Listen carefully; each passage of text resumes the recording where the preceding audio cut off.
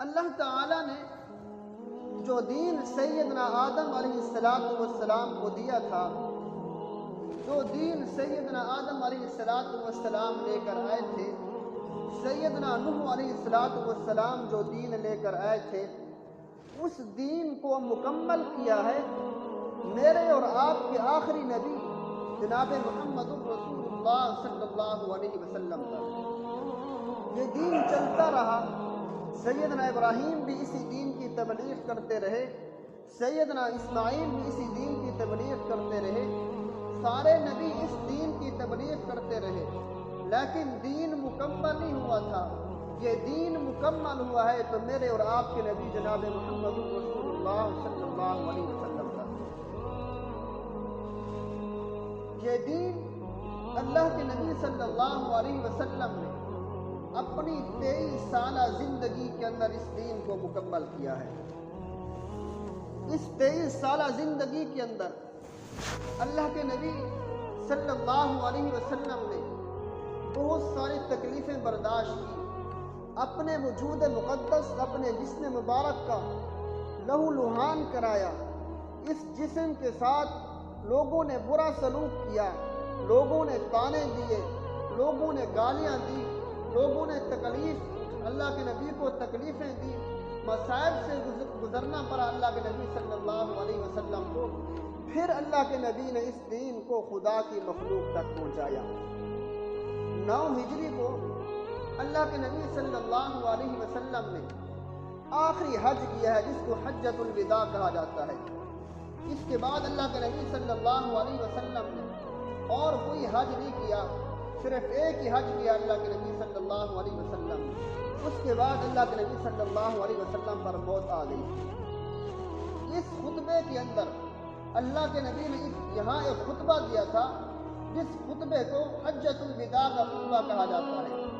اس خطبے کے اندر اللہ کے نبی صلی اللہ علیہ وسلم نے دین کے احکام لوگوں کو بتائے، دین کا خلاصہ اللہ کے نبی صلی اللہ علیہ وسلم اس خطبے کے اندر ارشاد فرمایا۔ 1 لاکھ سے زائد صحابہ اکرام اس خطبے کے اندر موجود ہیں۔ اللہ کے نبی صلی اللہ علیہ وسلم نے وہاں خطبہ دیا۔ اللہ کے نبی نے فرمایا، لعلی لا اراکم بعد عامی ھذا، لوگوں آج مجھ سے دین سیکھ لو، مجھ سے دین کے احکام سیکھ لو، ہو سکتا ہے آئندہ سال، آنے والے سال میں آپ کو نہ دیکھ سکوں۔ اس بات سے ایک مسئلہ یہ واضح ہو جاتا ہے کہ اللہ کے نبی صلی اللہ علیہ وسلم حاضر و ناظر نہیں ہے۔ اگر اللہ کے نبی حاضر ناظر ہوتے، ہر جگہ موجود ہوتے، تو اللہ کے نبی یہ کبھی نہ فرماتے لعلی لا اراکم بعد عامی ھذا، کہ اگلے سال، آئندہ سال میں آپ کو نہ دیکھ سکوں۔ ہر جگہ حاضر اور ناظر ذات ہے تو صرف ایک اللہ کی ذات ہے، اللہ کے علاوہ اور کوئی نہیں ہے حاضر و ناظر۔ اس بات سے ایک اور بھی مسئلہ واضح ہو جاتا ہے، وہ یہ مسئلہ واضح ہوتا ہے کہ کچھ لوگ یہ کہتے ہیں کہ جی جو لوگ اللہ کے نبی صلی اللہ علیہ وسلم کی قبر کے پاس جاتے ہیں تو اللہ کے نبی صلی اللہ علیہ وسلم ان کو دیکھ لیتے ہیں، ان کو دیکھتے ہیں۔ اس سے ایک یہ بھی مسئلہ سمجھ آ گیا کہ اللہ کے نبی ان کو دیکھتے نہیں ہیں۔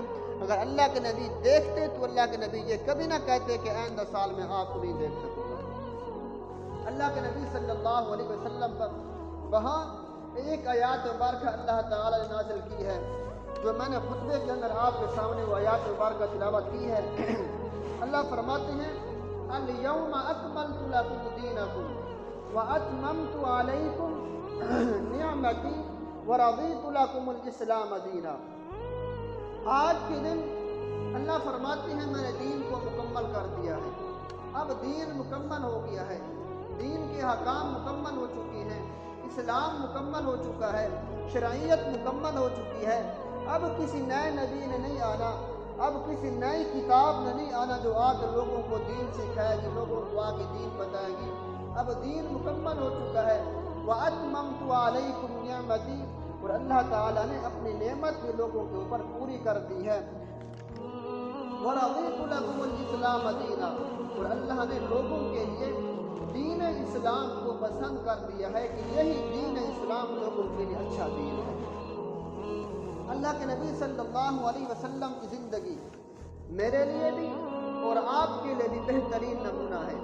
اللہ فرماتے ہیں لقد کان لکم فی رسول اللہ اسوۃ حسنہ، کہ جو بندہ زندگی گزارنا چاہتا ہے، زندگی کس طرح گزارے گا، غمی اپنی کس طرح گزارے گا، اپنی شادی کس طرح گزارے گا، کس طرح اپنی شادی کرے گا، تو وہ اس کے لیے اللہ کے نبی صلی اللہ علیہ وسلم کی زندگی بہترین نمونہ ہے۔ کہ بندہ زندگی گزارنا چاہتا ہے تو اس طرح زندگی گزارے جس طرح اللہ کے نبی صلی اللہ علیہ وسلم نے زندگی گزاری ہے اور گزارنے کا حکم دیا ہے۔ اللہ کا ہر نبی سیدنا آدم علیہ السلام سے لے کر میرے اور آپ کے نبی جناب محمد رسول اللہ صلی اللہ علیہ وسلم تک جتنے بھی نبی آتے رہے، سارے نبی بشر تھے، سارے نبی انسان تھے۔ اس لیے اللہ نے تمام انبیاء کو انسان اس لیے بنایا ہے کہ وہ اپنی امت کے سامنے اپنے عمل کو پیش کر سکے، اپنی زندگی کو پیش کر سکے کہ جس طرح میں زندگی گزار رہا ہوں، جس طرح میرا عمل ہے، تم بھی اس طرح زندگی گزارو، جس طرح میں زندگی گزار رہا ہوں تم بھی اس طرح زندگی گزارو، اس طرح میں عبادت کرتا ہوں تم بھی اس طرح عبادت کرو، جس طرح میری شادی ہوتی ہے تم بھی اس طرح شادی کرو، اس طرح میں غمی گزارتا ہوں تم بھی اس طرح غمی گزارو، جس طرح میں تجارت کرتا ہوں تم بھی اس طرح تجارت کرو، جس طرح میں کاروبار کرتا ہوں تم بھی اس طرح کاروبار کرو، جس طرح میں اپنی بیوی بچوں کے ساتھ ان کے حقوق پورے کرتا ہوں تم بھی اس طرح ان کے حقوق پورے کرو، جس طرح میں اپنے بچوں کے اوپر شفقت کرتا ہوں تم بھی اس طرح اپنے بچوں کے اوپر شفقت کرو۔ اللہ تعالیٰ نے ہر انبیاء، ہر نبی کو اس لیے انسان بنایا ہے کہ وہ اپنی زندگی کو، اپنے عمل کو لوگوں کے سامنے پیش کرے، لوگوں کو بتائیں کہ اس طرح زندگی گزارو جس طرح میں زندگی گزار رہا ہوں۔ اگر اللہ کا ہر نبی انسان نہ ہوتا بلکہ فرشتہ ہوتا، جس وقت وہ لوگوں کو کہتا کہ جس طرح میں زندگی گزار رہا ہوں تم بھی اس طرح زندگی گزارو، تو لوگ کہتے آپ تو کھاتے بھی نہیں ہیں، آپ پیتے بھی نہیں ہیں، آپ تو عبادت بھی نہیں کرتے، آپ کی نہ بیوی ہے، نہ آپ کے بچے ہیں، نہ آپ تجارت کرتے ہیں، نہ آپ کاروبار کرتے ہیں، پھر ہم کس طرح آپ کی طرح زندگی گزاریں۔ اللہ نے اس لیے تمام انبیاء کرام کو اس لیے انسان بنا کر بھیجا، بشر بنا کر بھیجا، تاکہ وہ اپنی امت کے سامنے اپنی زندگی کو پیش کر سکے۔ اللہ کے نبی صلی اللہ علیہ وسلم کے ایک صحابی ہے سیدنا حذیفہ رضی اللہ تعالی عنہ، وہ فرماتے ہیں اے مسلمانوں کی جماعت، اے مسلمانوں، تم عبادت کے اندر صحابہ کرام سے آگے نہیں نکلنا، جس طرح صحابہ کرام نے عبادت کے کام کیے ہیں تم نے بھی اس طرح عبادت کے کام کرنے ہیں، اس سے آگے نہیں بڑھنا۔ کیوں؟ اس لیے کہ صحابہ کرام نے دین پہنچانے میں کوئی کسر نہیں چھوڑی، پورا دین لوگوں تک پہنچایا ہے، کوئی بھی کمی نہیں چھوڑی۔ اس لیے اللہ سے ڈرتے رہو، اور جس طرح صحابہ کرام نے زندگی گزاری ہے تمہیں بھی اس طرح زندگی گزارنی چاہیے۔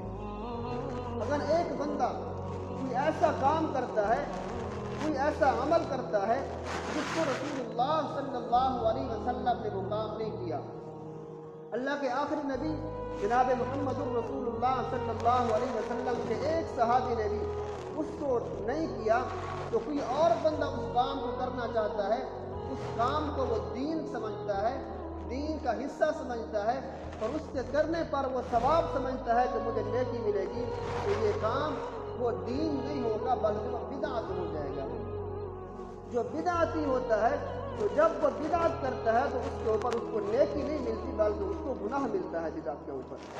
جب بھی ہم کسی بدعت کرنے والے انسان کو روکتے ہیں جی فلاں بدعت نہ کرو، تو ہمیں وہ یہی طعنہ دیتا ہے جی آپ ہمیں دین کے کام سے روک رہے ہیں، ہمیں دین کا کام نہیں کرنے دیتے، ہم نے درود ہی تو پڑھا ہے، ہم نے کون سا گناہ کا کام کیا ہے، ہم نے لوگوں کو کھانا بنا کے ہی تو کھلایا ہے، اور کون سا غلط کام کیا ہے، ہم نے کلمہ ہی تو پڑھا ہے، ہم نے کون سا غلط کام کیا ہے۔